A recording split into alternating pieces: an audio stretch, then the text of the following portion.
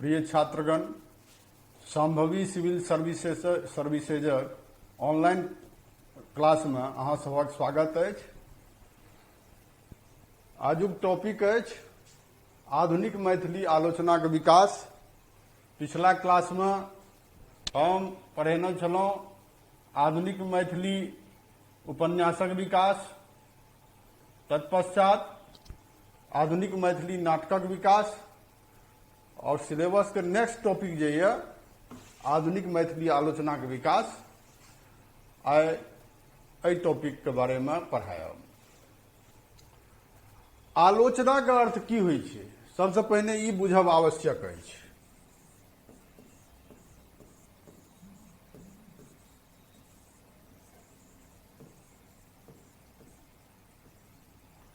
आलोचना में जे छै से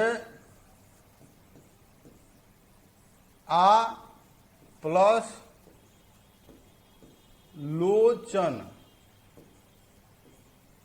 एहिमे जे आ उपसर्ग छै तकर अर्थ होइ छै चारू कात। एहिमे लोच धातु जे लागल छै तकर अर्थ होइ छै, लोच धातु का अर्थ होइ छै चारू कात देखब। आलोचना का अर्थ जे छै व्युत्पत्ति के हिसाब से होइ छै चारू कात देखब। कोनो विषय वस्तु, कोनो प्रसंग के संबंध में से ओकर चारू कात समीक्षात्मक दृष्टिकोण से, विवेचना के दृष्टिकोण से ओहि विषय वस्तु के संबंध में छानबीन करब। अंग्रेजी में जे छै एकरा लेल शब्द प्रयुक्त भेल छै आलोचना के लेल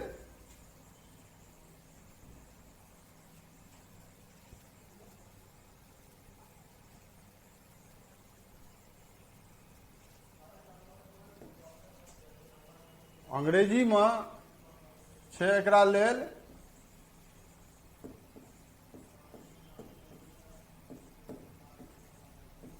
क्रिटिसिज्म। एकरा लेल छै क्रिटिसिज्म शब्द के प्रयोग भेल। और क्रिटिक्स जे छै, क्रिटिक्स निर्णायक, आलोचक के लेल क्रिटिक्स के जे छै शब्दक प्रयोग होइ छै।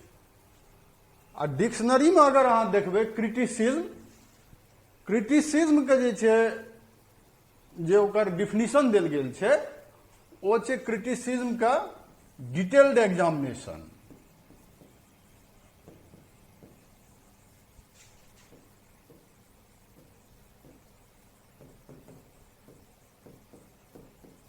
डिटेल्ड एग्जामिनेशन माने पूरा तरह जे छै संपूर्ण रूप से कोनो चीज के परीक्षण करब।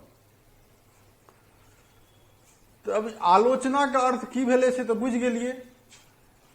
आब अन्य भाषा साहित्य में आलोचना के लेल जे छै पर्यायवाची शब्द सब से देल गेल छै समीक्षा, विवेचन, विवेचना, परीक्षण, समालोचना,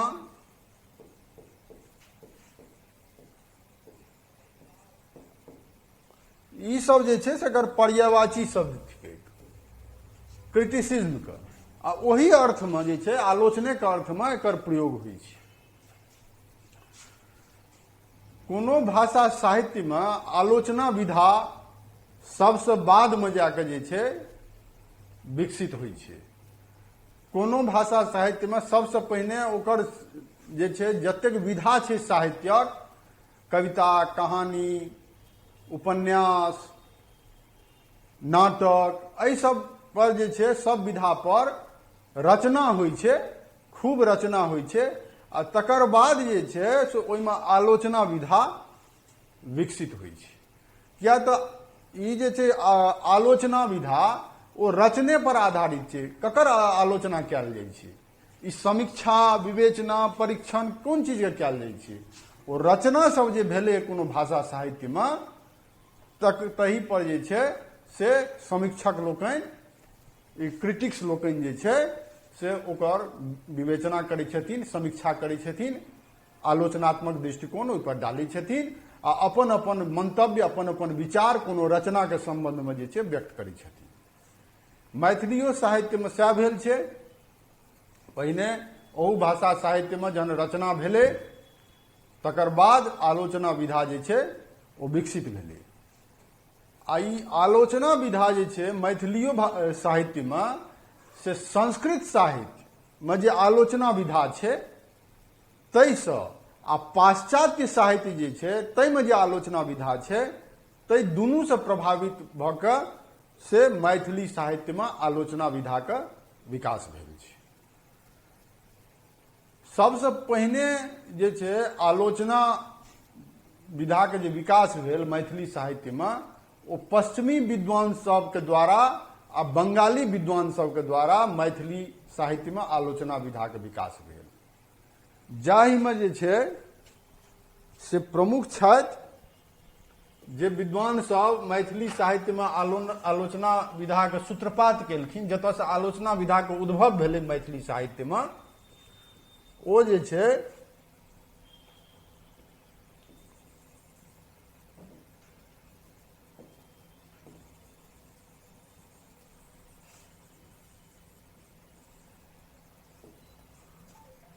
ओ पाश्चात्य विद्वान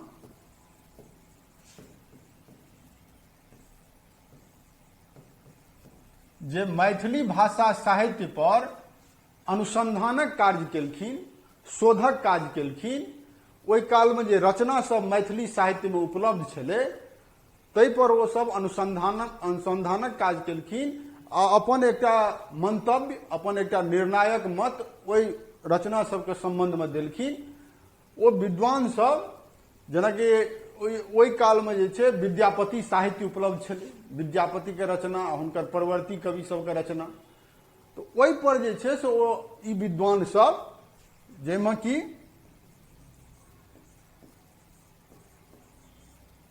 Hoernle,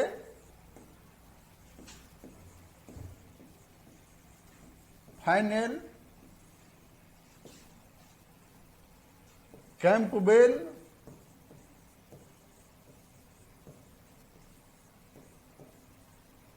doctor George Abraham Grierson,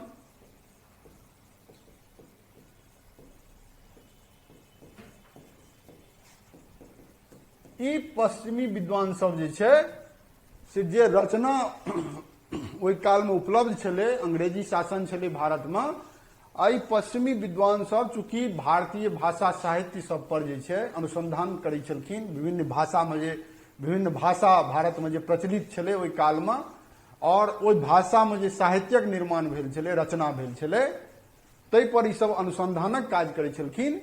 तऽ हिनका सब द्वारा जे छै मैथिलीके जे तत्कालीन रचना सब छलै ताहि पर अनुसंधान केलखिन, अपन एकटा मत ई सब देलखिन ओहि रचनाके संबंधमे।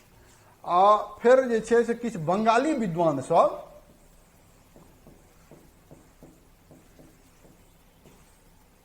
ई भऽ गेल अहाँके मैथिली साहित्यमे आलोचना विधा जे आधुनिक कालमे विकसित भेलै तकर पृष्ठभूमि, एतऽसँ सूत्रपात भेलै, आलोचना विधाके उद्भव भेलै, से हम बता रहल छी। किया तऽ कोनो विधाके जखन विकास होइ छै तऽ ओहिसँ ओ कतऽसँ जन्म लेलकै, कतऽसँ ओकर सूत्रपात भेलै, ई बुझब आवश्यक छै। बंगाली विद्वान सबमे डॉक्टर सुनीति कुमार चटर्जी,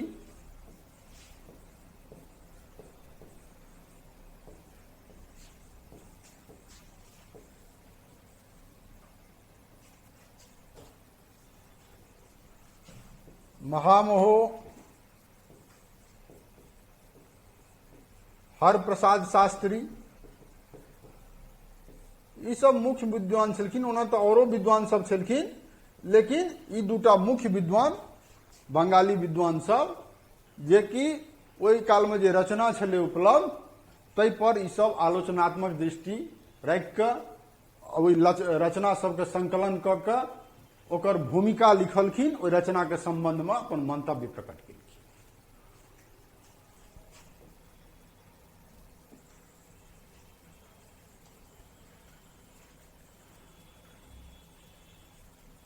आधुनिक काल में आबि के जे छै सबसे पहिने कविश्वर चंदा झा आलोचना विधा के विकासक दिशा में सर्वप्रथम योगदान देने छथिन। कविश्वर चंदा झा जे छै से लोचनक राज तरंगिनी, लोचन के जे रचना छै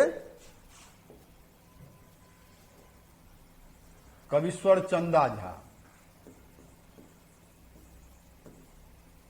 ई आलोचना विधा जे विकसित भेलै आधुनिक काल में से पहिलुक जे छै योगदान हिनके छनि जे ई भूमिका लिखनाइ, रचना सबके संकलन कऽ कऽ आधुनिक काल में, वो तो भेल पश्चिमी विद्वान और बंगाली विद्वान सबके द्वारा, आधुनिक काल में सबसे पहिने यह कविश्वर चंदा झा लोचनक राज तरंगिनी के भूमिका लिखलखिन। एकर पहिने संकलन केलखिन आ तकर बाद राग तरंगिनी।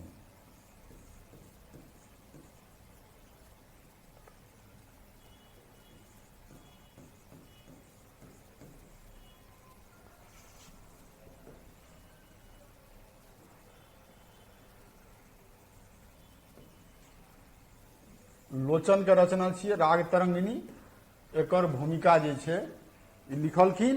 ओकर बाद औरो ई रचना सबके भूमिका लिख के से मैथिली साहित्य में आलोचना विधा के ई बीजारोपण जे छै कऽ देलखिन। आ तकर बाद से आलोचना विधा मैथिली साहित्य में विकास करैत गेल। उत्तरोत्तर और विभिन्न विद्वानक सब द्वारा जे छै से एहि विधा के विकास में योगदान देल गेल।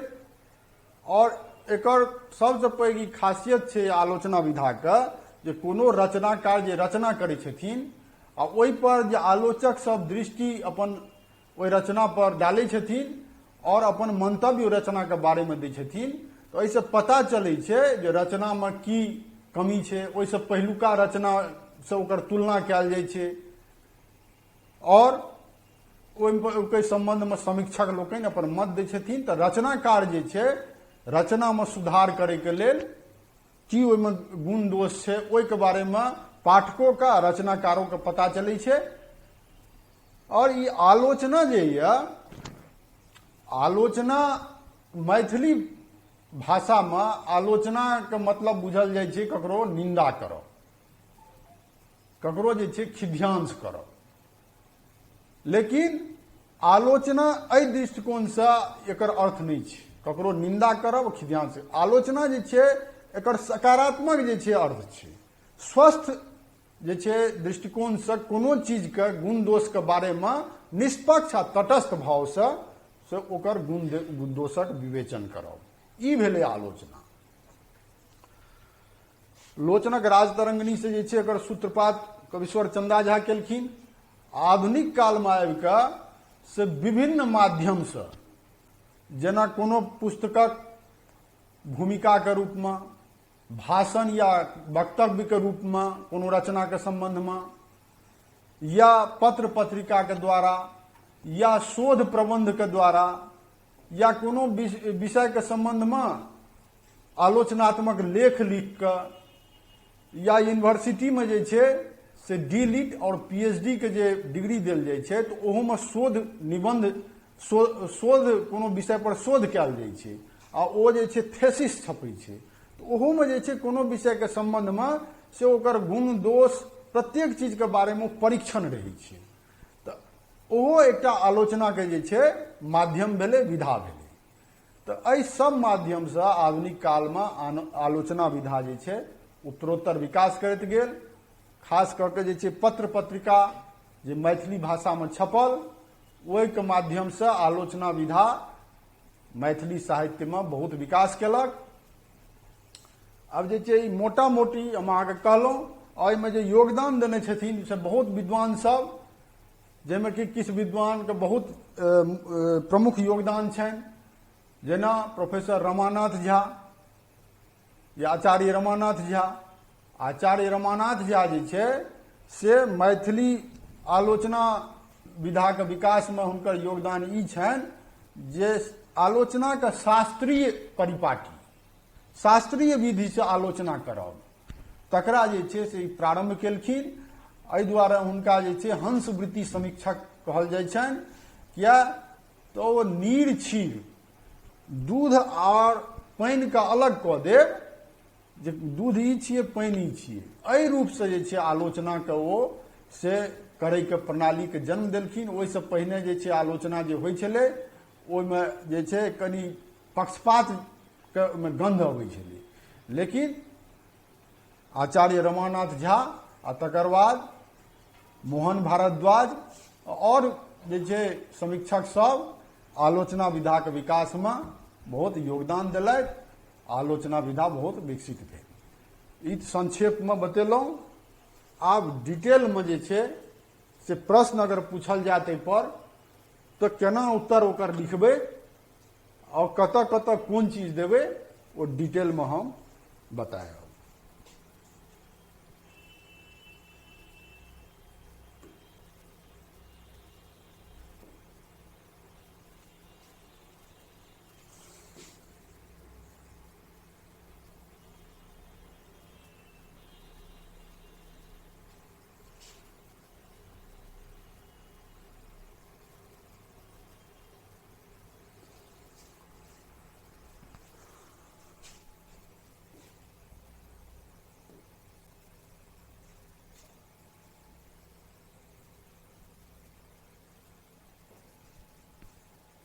समालोचना जे छै साहित्यक एकटा एहन विधा अछि जाहिमे कोनो भाषा साहित्यक गतिशीलता निर्दिष्ट रहैत अछि। मैथिलीमे साहित्यालोचनाक अपन जे छै स्थिर स्वरूप नहि रहल अछि। मैथिली साहित्यमे आलोचना गतिशील विधाके रूपमे देखल जा रहल अछि। आई दिनानुदिन अपन स्थितिके और पुष्ट केने जा रहल अछि। ई एकटा एहन विधा छियै जे कि शुरुएसँ जखन एकर जन्म भेलै तकर बाद ई गतिशील रहलैए। बहुत आलोचक सब, अब जे रचनाकार सब छथिन, कवि छथिन, उपन्यासकार छथिन, कथाकार छथिन, ओहो आलोचकके रूपमे कोनो रचना पर निबंध लिखलखिन हँ, समीक्षात्मक निबंध या भूमिका अपन कोनो रचनाके संबंधमे कोनो पुस्तकके भूमिका लिखैत गेलखिन हँ। तऽ ई जे छै ई विधा शुरुएसँ बहुत गतिशील रहल है और एहिमे जे छै नया नया चीज, नया नया विचार, नया नया दृष्टिकोण अबैत रहलै अछि। आलोचना, समालोचना, समीक्षा ई सब जे छै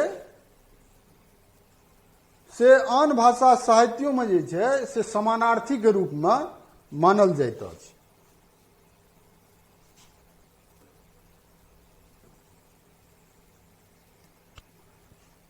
अन्य साहित्यिक विधा सदृश जे छै मैथिलियोमे आलोचना और समालोचना शब्द अंग्रेजीके क्रिटिसिज्म, अंग्रेजीके क्रिटिसिज्म से जे छै से ई विकसित भेल है। क्रिटिसिज्मके पर्यायवाची बुझल जाइत अछि। एकरा अंग्रेजीके रिव्यूके पर्यायवाची जे छै सेहो बुझल जा सकैत अछि। जेना कोनो चीजके रिव्यू करै छियै, फेरसँ देखै छियै, तो अंग्रेजी के जे रिव्यू शब्द छै तकरो समानार्थी ई छी। आ मैथिली में समीक्षा अंग्रेजी के जे छै स्क्रूटनी के समकक्ष अछि। स्क्रूटनी शब्द जे छै अंग्रेजी के तकरे समकक्ष अछि। ई दुनू शब्द मैथिली में विवेचना के रूप में अधिक प्रचलित अछि आ भऽ रहल अछि।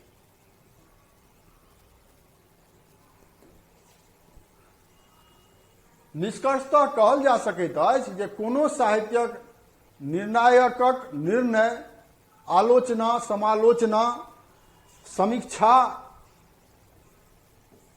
एवं विवेचना आदि के भारतीय परंपरा के संदर्भ में मैथिली भाषा के हेतु जे छै प्रयुक्त करब स्वाभाविक प्रक्रिया के अंतर्गत आयल अछि। अभी तो बतेलहुं जे समालोचना शब्दक व्युत्पत्ति सम प्लस आ प्लस आलोचना से भेल अछि। एहिमे लोच जकर अर्थ होइत अछि देखब आ उपसर्ग से अछि चारू कात, माने चारू कात देखब। ई एकर जे छै व्युत्पत्ति के हिसाब से एकर अर्थ आलोचना का। एकर जे छै डिटेल्ड एग्जामिनेशन डिक्शनरी में देल छै जे सविस्तार परीक्षा आलोचना के जे छै से शाब्दिक अर्थ छै तथा सामान्य अर्थ में आलोचना समालोचना समीक्षा अथवा परीक्षा आदि शब्द संस्कृतक व्युत्पत्ति के अनुसार जे छै ओ सटीक अछि। सामान्य लोक जीवन में आलोचना शब्दक अर्थ एखनो खिधांश बोध में जे छै निंदा माने खिध्यांश बोध में लेल जाइत अछि, मुदा मनुष्यक मानसिक विकासक प्रक्रिया में ई सब धीरे धीरे मूल्यांकनक रूप में कोनो चीज के मूल्यांकन के रूप में से साधारणतः प्रयुक्त होमय लागल आ मैथिली में आलोचना शब्द निंदा और प्रशंसा के प्रसंग सामान्य अर्थ में प्रयुक्त होमय लागल। लोक अपन व्यवहार में हृदय भाव अभिव्यक्ति करबाक हेतु सतत देखल जाइत छथि। समय अयला पर यथायोग्य साधन भेटला पर अर्थात मौखिक और लिखित रूप से अपन विचार व्यक्त करैत छथि। ई विचार विभिन्न विधा के रूप में भऽ सकैत अछि। एहि रूप में काव्य, नाटक, उपन्यास, कथा, निबंध, संस्मरण, आत्मकथा आदि भऽ सकैत अछि।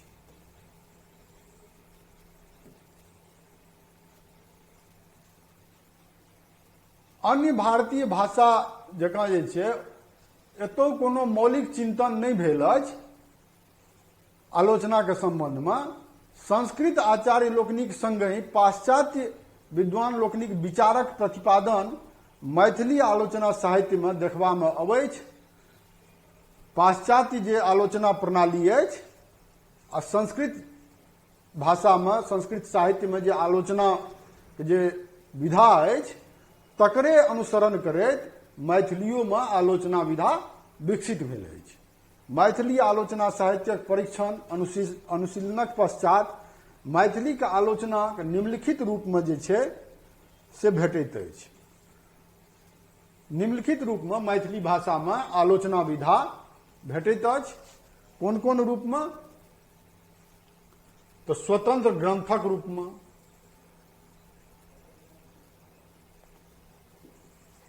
स्वतंत्र ग्रंथक रूप में। अब कोनो ग्रंथ जे छै वो लिखल गेलै, ओहि ग्रंथ में विभिन्न जे रचना सब छै मैथिली भाषा साहित्यक, ओहि रचना सब के बारे में से आलोचनात्मक निबंध सब लिखल गेल छै। जेना मैथिली साहित्यक आलोचनात्मक इतिहास डॉक्टर दिनेश कुमार झा के ग्रंथ थिकनि आ ओहि में जे छै से विभिन्न रचना सब जे छै मैथिली साहित्यक विभिन्न विधा, उपन्यास, नाटक, कहानी, ओहि पर जे छै आलोचनात्मक निबंध सब लिखल गेल छै। तहिना अभिमत ओ भूमिका लेखनक रूप में ई कोनो रचना छै, कोनो काव्य मुक्तक काव्य संग्रह छै या कोनो उपन्यास छै या कोनो नाटक छै, तो ओकर भूमिका लेखन, ओकर भूमिका जे कोनो विद्वान लिखने छथिन ओहि भूमिका में ओहि रचना विशेष के संबंध में से अपन ओ आलोचनात्मक दृष्टिकोण ओहिमे रखने छथिन। तो ओहो एकटा जे छै आलोचना के रूप छी। तेसर अछि शोधपरक निबंधक रूप में। जेना शोधपरक निबंध अगर कोनो लिखल गेलै अछि, जेना अहाँके सिलेबस में अछि आचार्य रमानाथ झा के प्रबंध संग्रह। ओहि प्रबंध संग्रह में की छै? शोधपरक निबंध सब छै। ओहि शोध कऽ कऽ ओहि निबंध में जे विषय वस्तु छै ओहि पर वो शोध केने छथिन, अनुसंधान केने छथिन आ तकर बाद ओकर परीक्षण कऽ कऽ आलोचनात्मक दृष्टिकोण अपन ओहिमे प्रकट केने छथिन। ई जे छै शोधपरक निबंधक रूप में। चारिम शोध प्रबंधक रूप में, जेना पीएचडी, डीलिट आदि के डिग्री जे छै जे देल जाइ छै यूनिवर्सिटी के द्वारा, ओहो एकटा आलोचनात्मक विधा के रूप थिकै। कोनो पुस्तकक समीक्षा के रूप में, कोनो पुस्तक के समीक्षा एकटा तऽ भेल भूमिका, आ समीक्षा में की होइ छै तऽ विभिन्न जे ओहि भाषाके जे विशेषज्ञ छथिन, साहित्यके विशेषज्ञ, ओ समीक्षात्मक छोट छोट अपन टिप्पणी सब ओहि रचनाके सम्बन्धमे दै छथिन। देखैत हेबै कोनो पुस्तक जे छै ओकर शुरुएमे ओ विभिन्न विशेषज्ञ विद्वान सबके से छोट छोट टिप्पणी रहै छनि, जाहिमे कि ओ रचनाके सम्बन्धमे ओकर विशेषता, ओकर की जे छै बढ़िआँ चीज ओहिमे छै, की ओहिमे कमी छै, ताहिके सम्बन्धमे ओ छोट छोट टिप्पणी ओहिमे रहै छै। तऽ ओहो एकटा रूप जे छै से आलोचनाके थिकै।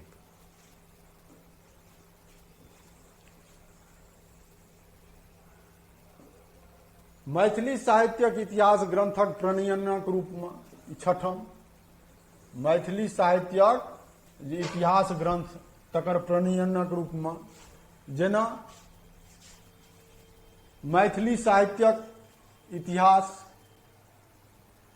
लिखने छथिन डॉक्टर दुर्गानाथ झा श्रीस, डॉक्टर जयकांत मिश्र। ई सब की छियै? ओहि साहित्यके इतिहास लिखने छथिन। तऽ ओहूमे मैथिली साहित्यके जे विभिन्न विधा सब छै ताहिके बारेमे, ताहि पर ओ अपन मंतव्य ओहि पुस्तकमे प्रकट केने छथिन। तो मैथिली साहित्यक इतिहास जे छै ओहो एकटा आलोचना विधाके से विकासके दिशामे एकटा ओ स्तंभके काज करै छै। तहिना साहित्यिक कार्यक्रमक अंतर्गत जो साहित्यिक सेमिनार सब होइ छै, ओहि साहित्यिक कार्यक्रमक अंतर्गत जे छै से विद्वान लोकनिक द्वारा भाषण ओ उद्गार वक्तव्यक रूपमे जे छै देल गेल छै, जे भाषण आ उद्गार प्रकट कयल गेल छै मंचसँ कोनो रचना या विधा पर, ओहो जे छै एकटा आलोचना विधाके रूप छियै।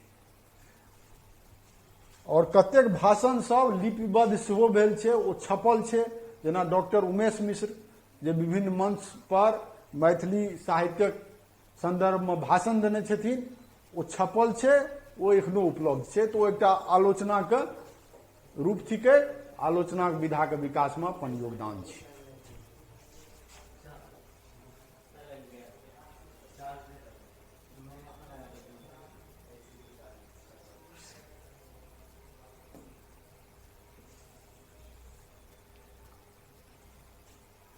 जेना बतेबे केलहुँ जे मैथिली आलोचनाके आरम्भ जे छै ब्रिटिशे कालमे भऽ गेल छल, आ एकर श्रेय अंग्रेज विद्वान लोकनिके जाइत छनि।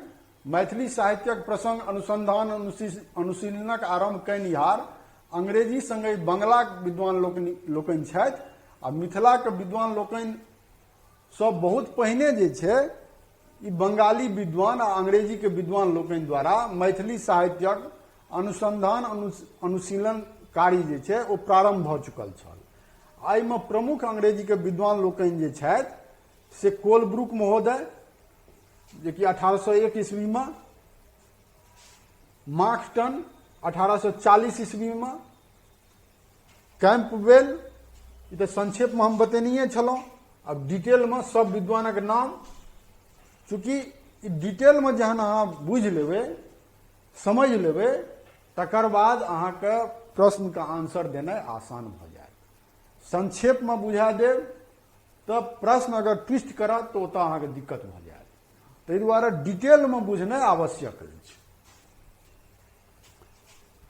कैंपबेल 1874 ईस्वी, फैलेन 1875 ईस्वी, बीम्स 1878 ईस्वी, आ डॉक्टर जॉर्ज अब्राहम ग्रियर्सन 1880 ईस्वी में ई जे छै अनुसंधान कार्य केलखिन मैथिली साहित्य पर, आ अपन अपन जे छै मत कोनो रचना विशेषके संबंधमे देलखिन।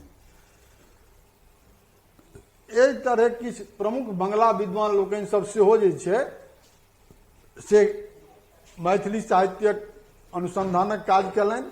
जेना डॉक्टर सुनीति कुमार चटर्जी, डॉक्टर सुकुमार सेन, नगेंद्रनाथ गुप्त, डॉक्टर प्रबोध चंद्र बागची, महामहोहर प्रसाद शास्त्री आदि।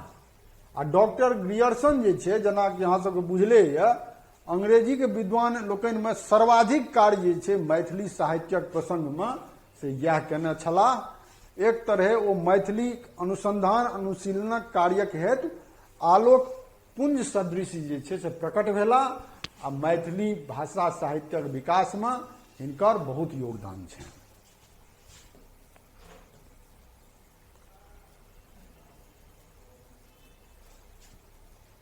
एखन जे आलोचना साहित्य उपलब्ध अछि से लगभग 1-150 वर्षक जे छै से अछि आ चंदा झा से पूर्व कोनो लेखक मैथिली में आलोचनात्मक निबंध जे छै नहीं लिखने छलाह। अगर वो लिखनियो हेता तो उपलब्ध नहीं अछि। चंदा झा से ओ निबंध सब आलोचनात्मक निबंध उपलब्ध अछि। ताहि दुआरे चंदा झा के जे छै से आधुनिक काल में प्रथम आलोचक मानल जाइ छनि मैथिली साहित्य में। ठीक छै। अतीत में मैथिली में साहित्यक आलोचना के अस्तित्व जे छै सो नहीं छल। प्रत्येक भाषा में एहि साहित्यिक विधा के विकास पाछाँ आबि कऽ भेल अछि। मैथिली भाषा ओ साहित्य सेहो एकर अपवाद नहीं भऽ सकैत अछि। कहबे केलहुँ जे पहिने रचना होइ छै, ओहिमे विभिन्न विधा पर रचना होइ छै, तकर बाद आलोचना विधा जे छै सबसे बाद में विकसित होइ छै। किया तऽ आलोचनो जे छै एकटा विधा छिकै, जेना कविता, कथा, उपन्यास, नाटक, ई सब विधा छियै कोनो साहित्य के। तेने आलोचनो जे छै एकटा विधा छिकै आ जेकि सबसे बाद में विकसित होइ छै कोनो भाषा साहित्य में। कोनो भाषा में पहिने मौलिक कृति सभक रचना होइत अछि आ तकर पश्चात ओकर आलोचना जे छै से ओ लिखल जाइत अछि। जा धरि सृजनात्मक साहित्य प्रचुर मात्रा में कोनो भाषा साहित्य में उपलब्ध नहीं हैत आ ओ पर्याप्त परिपक्व रूप में अस्तित्व में नहीं आबि जायत, ताहि धरि ओहि भाषा साहित्य में आलोचना विधा विकसित नहीं भऽ सकैत अछि।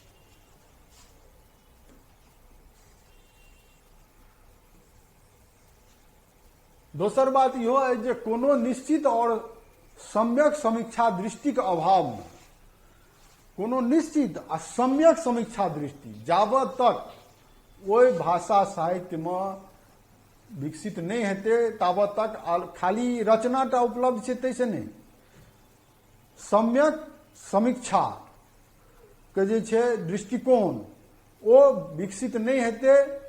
कहे के अर्थ, कहबाक तात्पर्य अछि जे आलोचना के रूप में, आलोचना एकटा विधा के रूप में आब कोनो रचना के बारे में पक्षपात जे हाँ ई हमरा बहुत नीक लागल आ कोनो नीक रचना छै ओकरा बारे में अहाँ खिध्यांश कऽ देलियै जे नहीं ई बढ़िया नहीं छै, तऽ ई तऽ नहीं भेलै ना। एकटा जे आलोचना के सही दृष्टि हेबाक चाही, जेना आचार्य रमानाथ झा आलोचना के शास्त्रीय आलोचना के परिपाटी जे छै मैथिली साहित्य में डाललखिन आ ताहि दुआरे हुनका हंसवृत्ति समीक्षक कहल जाइ छनि। तऽ ओहि तरह से जखन आलोचना विधा कोनो भाषा साहित्य में विकसित हेतै तखन ओ ओकरा जे छै मानल जेतै जे हाँ सही रूप में आलोचना विधा के विकास एतऽ से भेलै। साहित्यक उद्भव एवं विकास सेहो समय सर्जना आ समालोचना ई दुनू शब्द जे छै आपस में संपृक्त होइत अछि। जखने सर्जना हेतै, रचना हेतै, तखने ओकर आलोचना हेतै।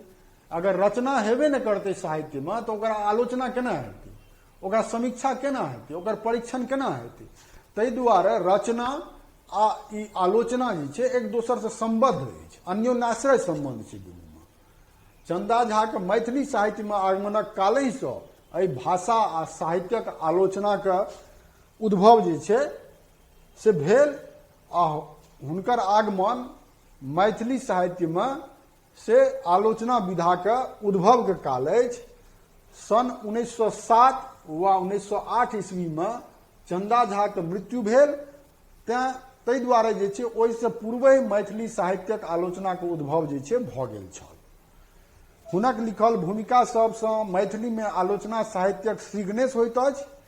भूमिका लेखनक परंपरा जे छै ओकर श्रीगणेश कविश्वर चंदा झा प्रारंभ कयने छलाह आ ओ अद्य पर्यंत जे छै ओ देखबा में अबैत अछि। चंदा झा जिनकर काल छनि 1831 ईस्वी से लऽ कऽ 1831 ईस्वी से लऽ कऽ 1907 ईस्वी तक, 1907 में हुनकर मृत्यु भऽ गेलनि। तो ई आधुनिक मैथिली आलोचना साहित्यक जे छै उद्भव के काल छल। ओतऽ से आधुनिक मैथिली में आलोचना विधा के उद्भव भेल 1831 से 1907 के बीच में। ई चंदा झा के काल छलै।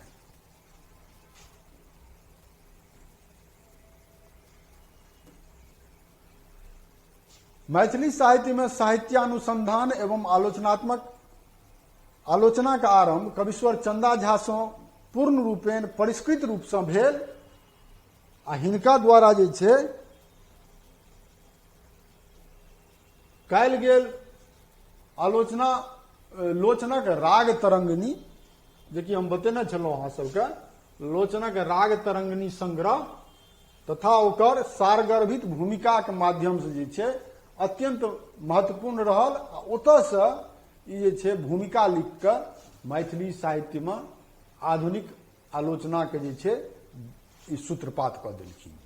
हिनका द्वारा कयल गेल अनुसंधान में अनुसंधान ई चंदा झा जे छलखिन ई बहुत पैघ अनुसंधानकर्ता छलखिन। ई मैथिली साहित्य के जे छै जहन चंदा झा वाला चैप्टर आयत जे पढ़ायब, जे मैथिली साहित्यक विकास में चंदा झा के योगदान, ओहिमे डिटेल में पढ़ायब।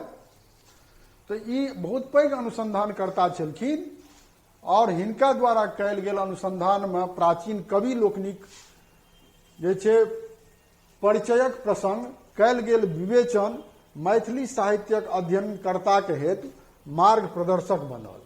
ई की केलखिन तऽ जतेक मैथिली के कवि सब छलखिन तत्कालीन समय में तकर एकटा सूची बनेलखिन। ओ सब कवि के नाम, ओ कोन गाम में रहे, कोन गामक थिका, ओ सबटा एकटा सूची बनेलखिन। आ ओ सूची जे छै हुनकर की रचना सब छलनि, ओ कोन कोन कविता लिखने छलखिन, तकरो किछु जे छै अंश ओहिमे देने छलखिन। तऽ ई जे छै से मैथिली साहित्यक अध्ययनकर्ता लोकनिक हेतु एकटा मार्ग प्रदर्शक ई चीज बनल। पता चलले लोकके जे ई कवि सब एखन मैथिली साहित्य में छथि और एहि प्रकार से रचना कऽ रहल छथि, जहन कि एहिसँ पहिने पता नहि छै।